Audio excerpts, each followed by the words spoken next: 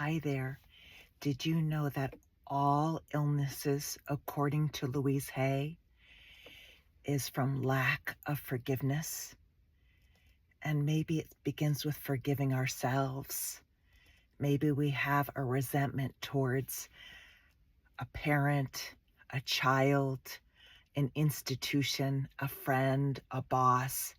Maybe your boss said something to you and you just can't let it go. And it just ruminates and we start taking it personally. But know that what anyone says or does is a reflection of who they are, not who you are. And you forgive them for yourself, not for them. The thing is, the people that we resent, we're carrying them in our heads, between our ears, or in our hearts. And it's so important to raise the rent and kick those people out of our heads and our hearts. How can we do that? One of my spiritual teachers says, write their name on a piece of paper and flush it down the toilet. Or if you want to, you can really put their name on a piece of paper and put it in your bra right there and sending love to that person throughout the day. Whatever that is for you, maybe you could put their name in a God box if you have a God box. So in order to get free rent to not have these people in our head, and we have free rent in our head, we're not carrying them around with us. We write down the names of the people that we resent in my Mixed Up to Fixed Up workshops. We write down the names of the people we resent and what do we resent about them. Write down that exact resentment. And then we look at our part in the situation. And our part in it may be giving them free rent in our heads. Remember, we forgive them for us, not for them. And I like that saying, bless them, change me. Bless them, change me. But also know that hurt people, and they're just hurting. So it's about, you don't have to spend time with them because we are the common denominator of the top 5 people we hang out with. But you can bless them from a distance and pray for them. Bless them, change me. And of course, you don't want to leave yourself on a plate to be devoured. Some of these people can chew you up and spit you out. So it's really important to go where you're celebrated, not tolerated. So again, you write down the person, place, thing, institution that you resent, what your part in the situation. And maybe we're taking it personally. Just know what anyone says or does is a reflection of who they are, not who we are.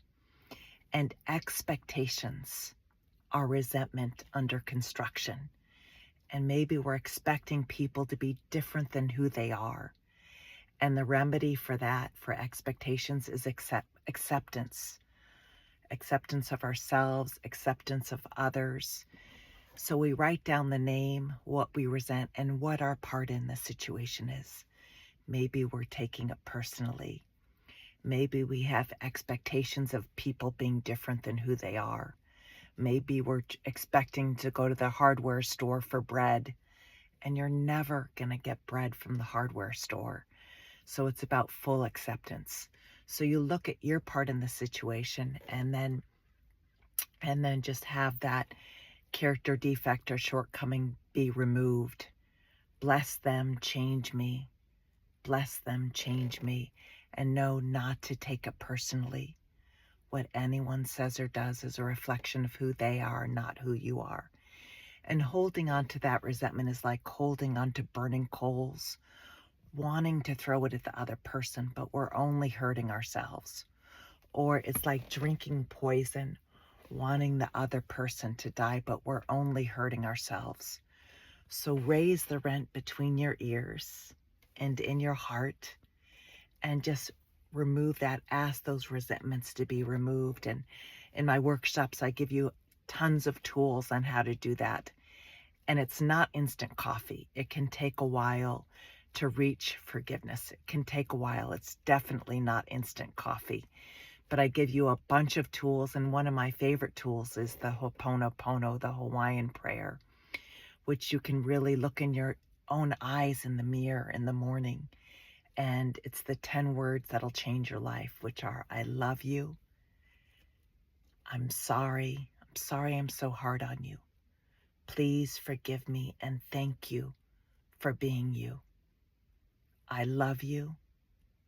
I'm sorry. Please forgive me and thank you. And you can say that to even maybe a person you resent. You can say it to their photo. I love you.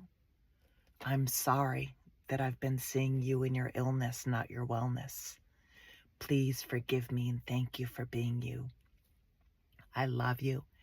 And I'm sorry that I'm looking at the lower version of you rather than the higher version of you, because what we seek, we find. I love you and I'm sorry. Please forgive me for looking at you in your illness, not your wellness.